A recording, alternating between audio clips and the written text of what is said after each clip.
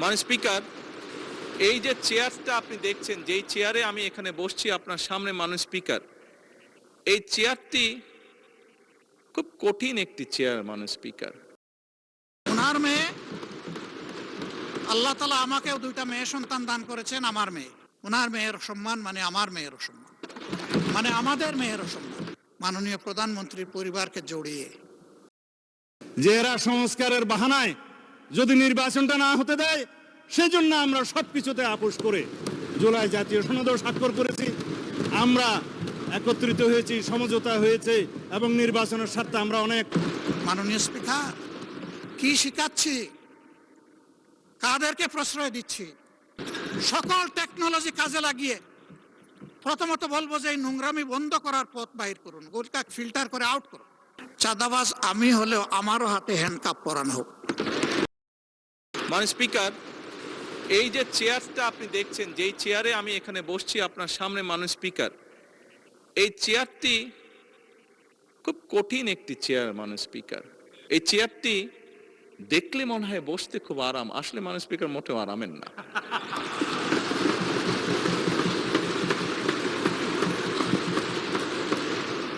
এই চেয়ারটিতে বসলে মাননীয় স্পিকার প্রতি মুহূর্তে মনে হয় যে আগুনে তপ্ত হিট আসছে মাননীয় স্পিকার। হাসার কিছু নেই, আমি যা ফিল করি আমি আপনাদেরকে তাই বলছি, মাননীয় স্পিকার, এই চেয়ারের থেকে উঠে দাঁড়িয়ে আপনার সামনে বক্তব্যে আমি হয়তো অনেক পপুলার কথা বলতে পারতাম, যেটাতে আরো অনেক বেশি তালি হতো মাননীয় স্পিকার। কিন্তু এই চেয়ার আমাকে বলে যে আমি সবসময় পপুলার কথা বলতে পারি না।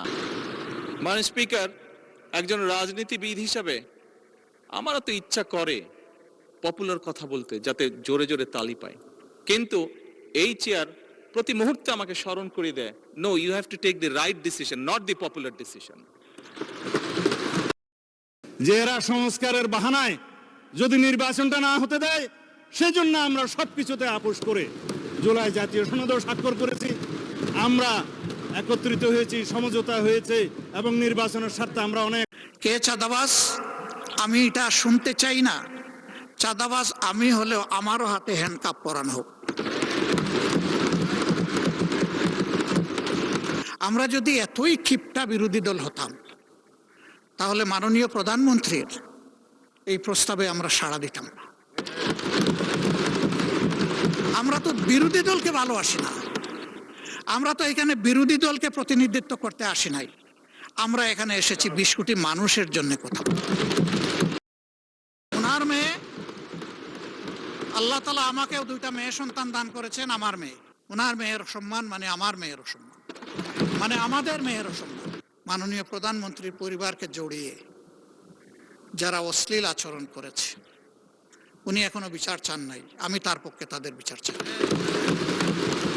আমি শুধু এতটুকু বলবো যে ভাই, অতীতকে স্মরণ রাখা ভালো, ইতিহাস শিক্ষা ভালো, কিন্তু ইতিহাসকে নিয়ে পড়ে থাকলে আমরা নিজেরা ইতিহাস তৈরি করতে পারবো না। ইতিহাসকে ইতিহাসের জায়গায় রেখে আসুন আমরা এগিয়ে যাই। আমার কোথায় কেউ যদি কষ্ট পেয়ে থাকেন, ক্ষমা চাই। ভালো যদি কিছু বলে থাকি, আল্লাহ আগে আমাকে আমল করার তৌফিক দেন এবং আমাদের সবাইকে এটা মানার তৌফিক দেন। আমি একটা কৈফিয়ত না দিয়ে পারছি না। মাননীয় প্রধানমন্ত্রীর পরিবারকে জড়িয়ে যারা অশ্লীল আচরণ করেছে, উনি এখনো বিচার চান নাই, আমি তার পক্ষে তাদের বিচার চাই।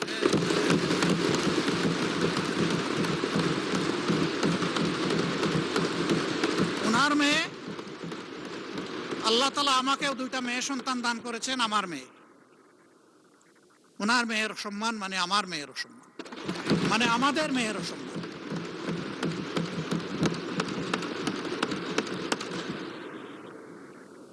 এই ইতর প্রাণীগুলা কারা,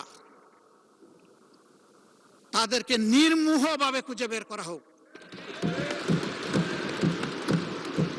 প্রিকনসেপ্ট কোন আইডিয়া থেকে নয়, ব্লেম গেমের জায়গা থেকে নয়, ভেরি ট্রান্সপারেন্টলি এটা বের করে আনা হোক।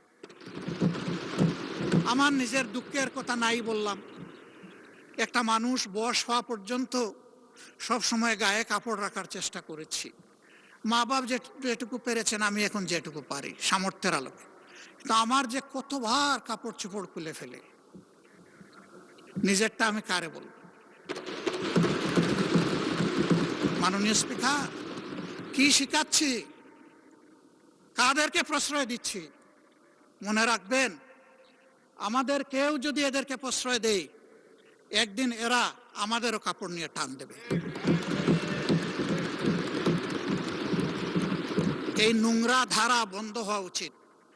এর অস্ত্র সরকারের হাতে, আমরা সরকারকে পূর্ণ সহযোগিতা করব। সকল টেকনোলজি কাজে লাগিয়ে প্রথমত বলবো যে এই নোংরামি বন্ধ করার পথ বাহির করুন, গোটা ফিল্টার করে আউট করুন। তারপরে বলবো ইনসিডেন্টালি ওর অ্যাক্সিডেন্টালি কিছু হয়ে গেলে সেইটার কঠোর ব্যবস্থা নেই। আমি সংসদ সদস্যরা দুইজন দাঁড়িয়ে তাদের নিরাপত্তা চেয়েছেন। আমি খুশি হতাম তারা যদি বলতেন আমরা আমাদের নিরাপত্তা চাই না, আমরা 20 কোটি মানুষের নিরাপত্তা চাই। ইতিহাসকে ইতিহাসের জায়গায় রেখে আসুন, আমরা এগিয়ে যাই। রাষ্ট্রপতির ভাষণের ওপর ধন্যবাদ প্রস্তাবে আলোচনায় অংশ নিয়ে বিরোধী দলীয় নেতা ও জামায়াত ইসলামের আমির শফিকুর রহমান সরকারি দলকে ইতিহাসকে ইতিহাসের জায়গায় রেখে এগিয়ে যাওয়ার আহ্বান জানিয়েছেন।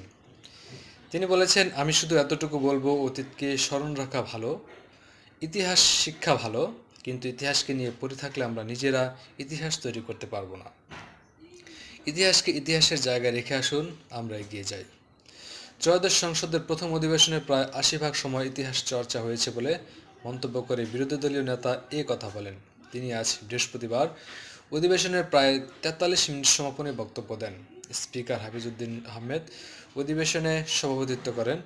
দীর্ঘ বক্তব্য বিরোধী দলীয় নেতা তিস্তা মহাপরিকল্পনা বাস্তবায়ন, কৃষকের ন্যায্য মূল্য নিশ্চিত করা এবং রাজধানী ও প্রান্তিক অঞ্চলের অবকাঠামোগত উন্নয়নের প্রয়োজনীয়তা তুলে ধরেছেন। দেশের শিক্ষা ও স্বাস্থ্য খাতে বেহাল দশা দূর করতে তিনি মেধা ও যোগ্যতার ভিত্তিতে রাষ্ট্র পরিচালনার উপর জোর দেন। এছাড়া সাধারণ মানুষের নিরাপত্তা নিশ্চিত করতে চাঁদাবাজি ও সন্ত্রাসবাদ নির্মূলের পাশাপাশি একটি স্বাধীন পররাষ্ট্রনীতি অনুসরণের আহ্বান জানান। অতীত থেকে শিক্ষা নিয়ে প্রতিহিংসার রাজনীতি পরিহার করে জনগণের অধিকার রক্ষায় সবাইকে ঐক্যবদ্ধ হওয়ার উপর গুরুত্ব আরোপ করেন। শফিকুর রহমান বলেন, অনেকে বলার চেষ্টা করেন আমরা সংবিধান মানি না। সংবিধান না মানলে এখানে এলাম কিভাবে? আমরা আইন মান্যকারী নাগরিক। সংবিধান পছন্দ না হলে আন্দোলন করতে পারি, বিদ্রোহ করব না। তিনি বলেন, গণভোটে অনুমোদিত জুলাই সনদ বাস্তবায়ন আদেশ অনুযায়ী জামাত সংবিধান সংস্কারে সোচ্চার থাকলেও দলীয় প্রধানের ভাষণে তা আসেনি, বরং তিনি বিএনপিকে প্রশ্ন করেন তার কিভাবে 72-এর সংবিধান মানে। বিরোধী দলীয় নেতা বলেন, অনেকে 72-এর সংবিধানের প্রতি সম্মান দেখান, আমি এটা পারি না, কারণ এই সংবিধানকে পরিবর্তন করে গেছেন শহীদ রাষ্ট্রপতি জিয়াউর রহমান, তাহলে কিভাবে 72-এর সংবিধান মানে? এই অবস্থার কারণে বিএনপি জামাতকে সংবিধান বিরোধী হিসেবে দেখে বলে দাবি করে শফিকুর রহমান বলেছেন, অনেকে বলার চেষ্টা করে আমরা সংবিধান মানি না। সংবিধান না মানলে এখানে আসলাম কিভাবে? আমরা আইন অনুযায়ী আইন মান্যকারী নাগরিক। সংবিধান পছন্দ না হলে আন্দোলন করতে পারি, বিদ্রোহ নয়। সমাপনী বক্তব্যে বিরোধী দলীয় নেতা বলেন, এই সংসদ নিয়ে সারা বিশ্বে থাকা বাংলাদেশে তাকিয়ে রয়েছে, বিপুল প্রত্যাশা এবং দায়িত্ববোধ নিয়ে এসেছে সবাই। জামাতকে সরকারি দলের সংসদ সদস্যরা পাকিস্তানপন্থী বলে যে খোঁচা দেন, এ নিয়ে কথা বলেন তিনি। জামাত আমিরের আগে বক্তৃতায় স্বরাষ্ট্রমন্ত্রী সালাউদ্দিন আহমেদ উর্দু কবিতা আবৃত্তি এবং উর্দু শব্দ ব্যবহারের প্রতি ইঙ্গিত করে বিরোধী দলীয় নেতা বলেছেন, এখন তো সবাই ইংরেজি চর্চা করে, কিন্তু সংসদে এসে উর্দু হয়ে গেছে, সরকারি দলের কাছে শেখার চেষ্টা করছি। বিরোধী দলীয় নেতা বলেন, ক্ষমতায় যখন থাকেন তখন নিজেকে সবাই ফেরেশতা মনে করেন, অন্যের দোষ দেখেন, অন্যের দোষের তালিকা তৈরি করা খুব সহজ। 12 মার্চ থেকে সরকারি দলের বক্তব্যের 80% হচ্ছে ইতিহাস চর্চা। তিনি বলেন, 1947 সালকে আমি সম্মান করি, কারণ সেই সময়ের এই সীমানা ভূখণ্ড পেয়েছিলাম। 47-এর প্রতি সম্মানের কারণে সরকার দলের সমালোচনার বিষয়ে শফিকুর রহমান বলেন, ইতিহাস নিয়ে কোপাকুপির পর সরকারি দলের একজন জ্যেষ্ঠ নেতা এসে বলেন, আসুন আমরা ঐক্যবদ্ধ হই, অতীতকে স্মরণ রাখা ভালো, ইতিহাস শিক্ষা ভালো, কিন্তু ইতিহাস নিয়ে পড়ে থাকলে হবে না, তাহলে ইতিহাস তৈরি করতে পারবো না। সরকারের কৃষকের প্রতি মনোযোগ না দিয়ে অভিযোগ করে জামাত আমির বলেন, কৃষকের মধ্যস্থতা ভোগীর যন্ত্রণা রয়েছে। গ্রামের 10 টাকায় বিক্রি করা ফসল ঢাকার 40 টাকায় বিক্রি করা হয়। কৃষক কি ন্যূনতম দামের জন্য সরকারি থেকে এতটুকু সম্মান পেতে পারে না? আওয়ামী লীগ শাসনামলে চীন তিস্তা ব্যারেজ নির্মাণে অর্থায়নের প্রস্তাব করে। পরে এই প্রকল্পের যুক্ত হওয়ার আগ্রহ দেখায় ভারত। এতে বিলিয়ন ডলারের প্রকল্পটি ঝুলে যায়। সরকারের তরফে বলা হয়েছিল, তিস্তা মহাপরিকল্পনাকারী বাস্তবায়ন হলে উত্তরবঙ্গে খরা এবং বন্যার সমস্যা মিটবে। জামাত নির্বাচনকারী প্রচারে এই প্রকল্প বাস্তবায়নের দাবি জানাচ্ছে।